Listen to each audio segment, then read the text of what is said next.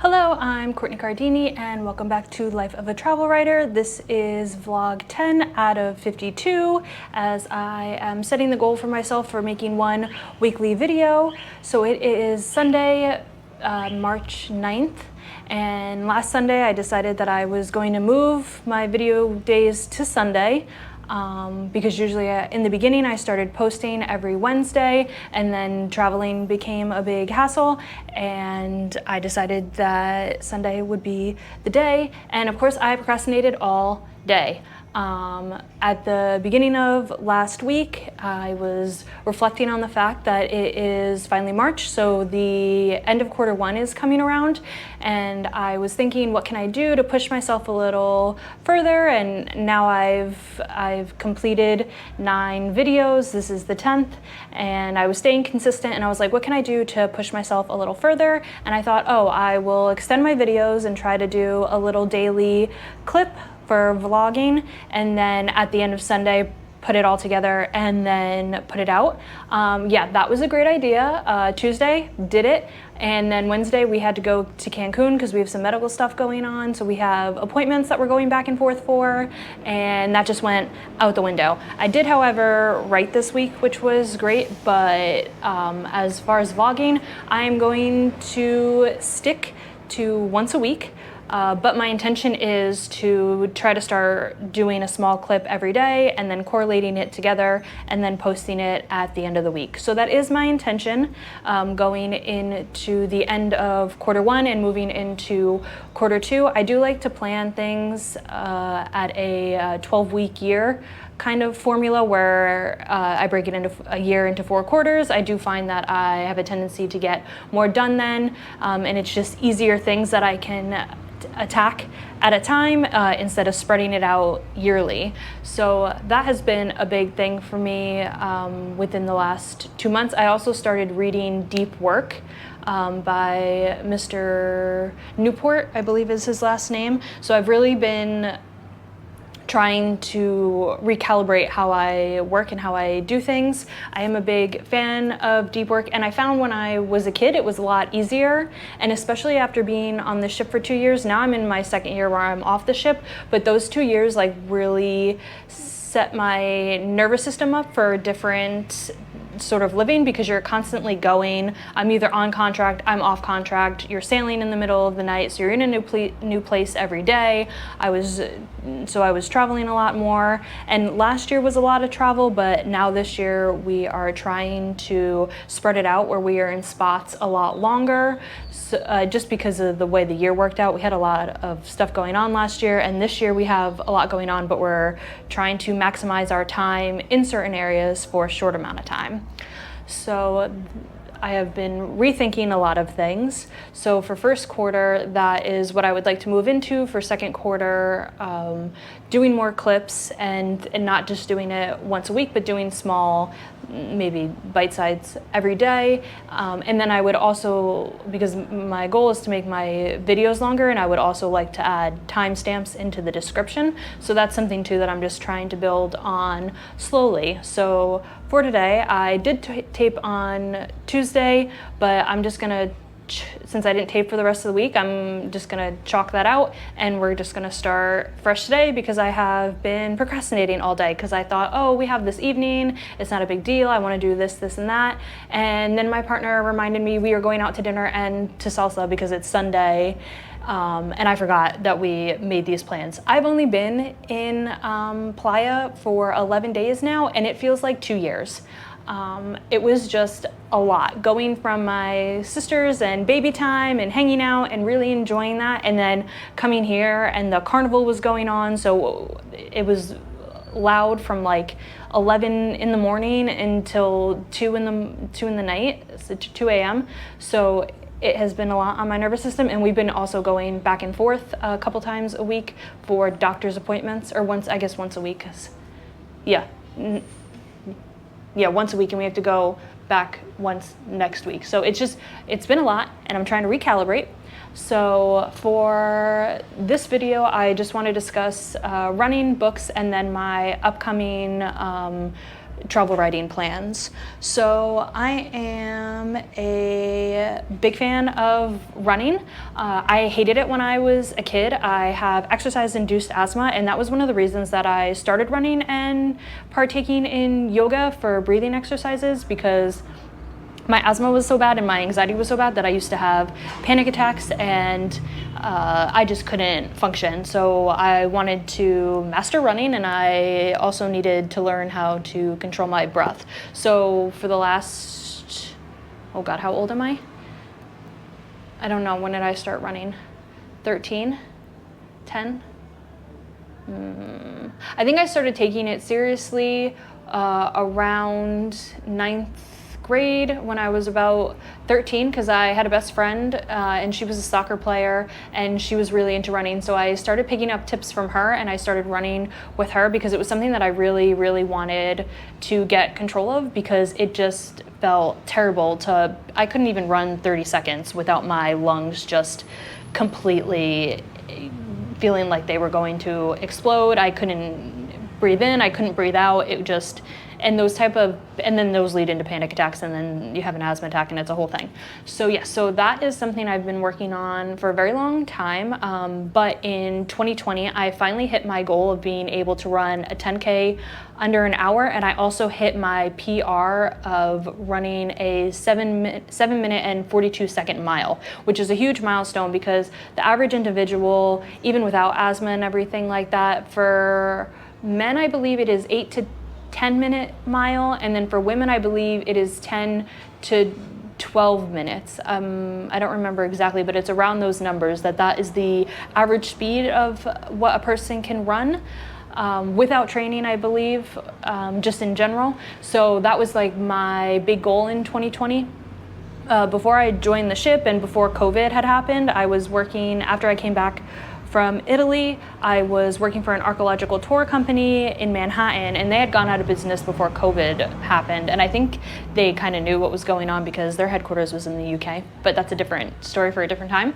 But anyway, so I was unemployed and I started running again, and running a marathon was one of my top goals. Still have not run the marathon. However, I did hit my goals of hitting my PR of getting under an 8-minute mile, and also completing a 10K within an hour. So coming into this year, I started running again last year, and for the 2 years before that, I was running on and off on the ship, but because of contracts and everything like that, and I try to run on the ship, but running on the treadmill on the ship is sometimes dangerous.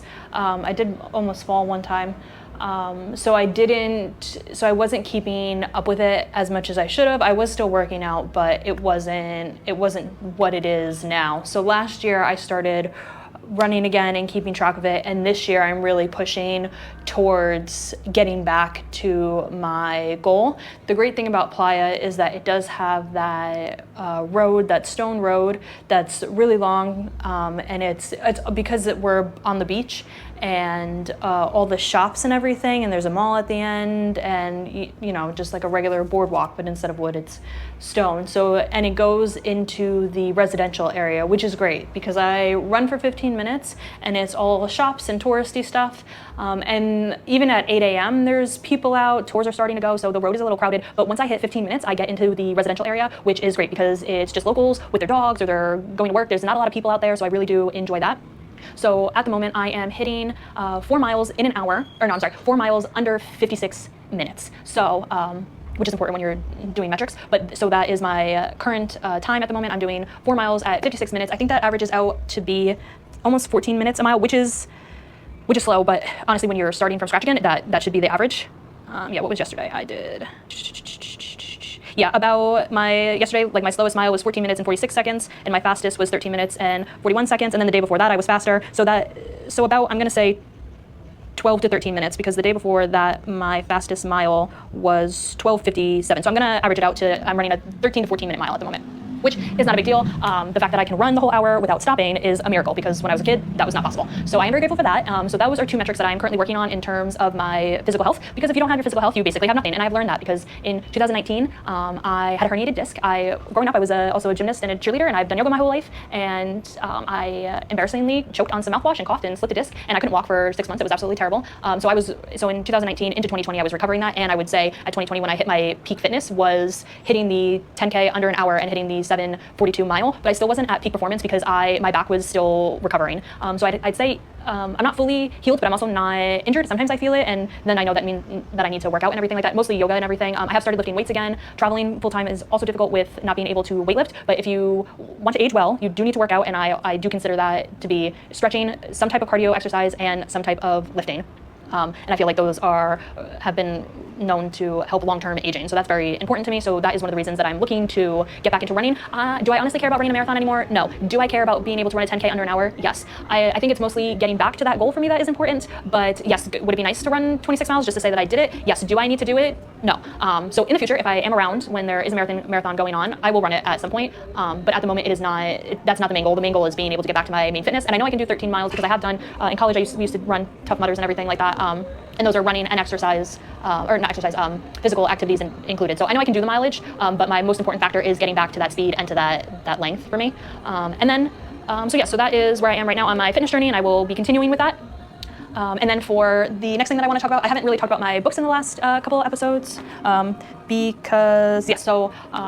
book one is still on book proposal. I did have a meeting with my literary agent the other week when I was at my sister's, and we did talk about some developmental things. So he's still combing through the section for my chapter summaries and my sample chapters, which are a big thing. Mostly my anxiety comes from the fact that I made it this far in the journey, and I just want to get over the next hump, which is to get the book proposal out. However, you can't rush it like this. And I don't know if this is ADHD, this is nerves, this is just how normal people feel in general. And I know that is because I watch a lot of writers on YouTube, and they all talk about having the same anxiety. It is a slow, teeth-pulling process to get anything done in terms of literature. And getting this book proposal done is going to take time, and my literary agent is doing everything that they can in order to make sure that when we hit the ground, we hit the ground running, because I am a first-time author, and though this project is a great idea just because of the scope of what the subject is, because there's only so many global galleries who have traveled on the National Geographic Resolution and who has hit all 7 continents, that means I need to make sure that when I give these sample chapters and these chapter summaries, I can keep the attention of these editors. And the editors that I am looking at are people who have seen it all. So they know if it's going to be a good project or it's not going to be a project. And I'm also hitting a certain demographic, so it is important that I get these pages right. So we are taking our time, and we are taking it slow, and it is slowly killing me, but we're going to get there because I can't do anything. I can't move forward yet with this book because I need development criticism so that I can get it to an editor, to get it to a publishing house so that it can be purchased. So just sitting in that section is very uncomfortable, just waiting. So I have turned my attention to other things that I'm working on, which currently I have 2 other travel memoirs that I am working on. One is about the last year that I spent with my partner and us traveling to 17 countries. And when we last spoke, I was at 9,627 words for that draft. And now I'm currently sitting at 15,374, which isn't too bad because I actually planned, what did I plan for I wanted 75,000 words. So I am about 3,000 short of my goal for the end of March, which is good because 3,000 is actually not too bad for me. The other night I sat down and I wrote 2,000 words, so I think in a day or so I can knock out 3,000, which is good. And then I have my third memoir, which is the one that I'm currently writing as I go. And I was at, actually I don't have a goal for that in terms of, I want to have 75,000 words done by the end of the year, but I'm writing it as I go. And it's going to be about 2 years of writing. I don't really know what the scope of that is yet, but I want it to be about writing my first book and traveling with my partner. So I'm just testing my literary skills, my writing skills, and seeing where that goes. But the last time we spoke, I was at 1,474 words, and this week I'm at 4,875. So yeah. So I don't have, my end goal is 75,000 words, but I'm not, since I'm writing it as this year progresses, just to kind of get a feel of that writing in current time. My goal at the end of the year is to have 75 for book 2 and book 3, and then I am working on the beginning construction of a fiction series. So that is another book that I have going on, and I'm not really worried about when, because these 3 are up in the front. That one is more of a subconscious, I'm just starting to get back into fiction writing and just coming through it in my subconscious. So the last time we spoke, I had 2,890 words, and now I'm at 5,396. And that one mostly I try to do just like 500 a day or something like that. And it's mostly I'm just building the skeleton. I have the one sheet done where I have the outline of how I want to see the book end, but I'm just starting to get to know the characters and the subplots and things like that. So I'm really just trying to comb through it and see what my thoughts are. So those are the current books that I have going on, which are great. I mean, you have to start somewhere, and I think it is a good thing to not just have all your eggs in one basket. And just because I've been writing since I was a kid, this is how I always kind of worked. And I always used to be able to finish full drafts and short stories and things like that, but there was like that pocket of time that you just kind of like lose as an adult, where you lose the practice, you lose the craft. So I'm trying to just get back into it, and that's my main focus. Of course, I do want these books to be published, but if they don't end up getting published, at least I know I've moved on. I have the skill to move on to the next project. So yeah, so that's where books are. And then as far as travel goes, we are in Mexico for the next couple months. And then we will be heading to Panama, and then we are heading to New York because I'm excited. I will be partaking in my first travel conference, which is a female women in travel summit. Yes, that is the title. Women in Travel Summit. So I'm very excited because it is one of my first travel writing events that I am attending, and I am volunteering, which is awesome because I did not have to pay to go, which is great. And I always suggest if there is an organization or something that you want to try out, but you are short on money, volunteer. And not even being short on money, like if it's something that you want to do and you're really interested in, volunteering is always a great way to go to an organization and see what's going on underneath and see if it's something that you want to be a part of, because there are a million things out here in this world that you could be. Sorry, I lost you for a second. The camera got too hot, so I had to wait for it to cool off for a second. So as I was saying, there are a million different things that you could be doing out in this world, trying to figure out your path and your art and everything like that. So going to conferences and things like that, and volunteering and having an up close and personal experience with an organization, I feel is one of the best ways to really learn about the organization. And so yes, so because of that, and because I am travel writing and everything like that, I am also, since it is the end of first quarter, it is my time to start doing more pitches. I do things in batches, so I sent a lot of pitches out at the end of the year, the beginning of January, and done follow-ups, and a lot of it just goes unanswered. So I am back at the beginning stages of my pitching cycle. So I have a couple of publications that I am looking to get my bylines in.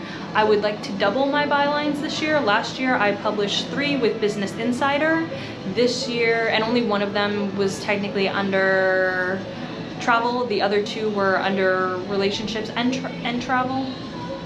I can't remember what the one was. No, one was fitness and relationships, one was relationships and travel, and then one was relationships and travel. So my goal this year is more towards travel pitching. So I have a list of 10 publications that I would really like to work with, and for this round of pitching I'm only going to pick about maybe 3 or 5 of them and do multiple.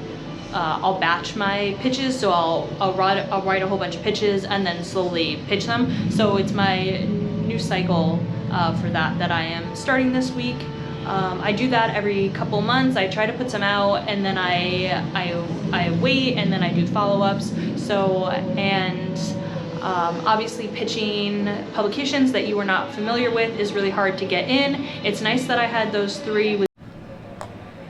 Okay, so the camera died again, so I'm gonna wrap things up. As I was saying, yes, so it's gonna be my first summit that I'm going to, and I am looking to restart my pitching cycle again. So I'm going to batch my pitches, and I'm looking to pitch to 3 to 5 publications that are on my top 10 list of publications that I would like to be featured in for bylines. So I'm really hoping that when I have this conference in May, that I'll be able to make connections so that when I do pitch more to these publications, that I will, hopefully receive answers and they'll turn into bylines. I believe some of these women who work in the industry for travel magazines will be attending this event. They have put some of the speakers on, and I believe a few of them for like Condé Nast and everything like that are coming. So I'm really hoping that this conference will lead into helping me step into more bylines being published.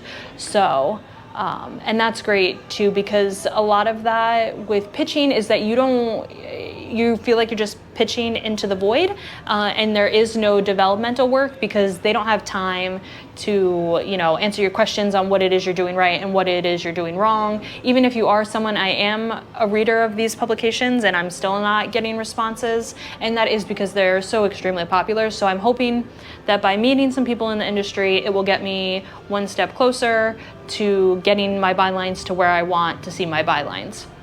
So yeah, that is the end of this week. I think my camera is officially done with me, so I'm going to wrap it up here. It is really hot in Playa, so I understand that my camera is overheating.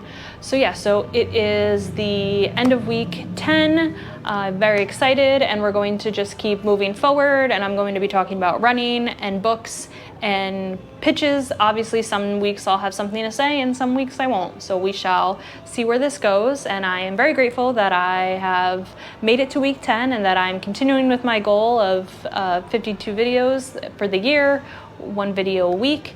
So yeah, so I think things are about to head in a new direction. Quarter 1 feels like it's slowly trickling into something new, which I'm very excited about. So I hope you have a great week, and thanks for tuning in. Bye.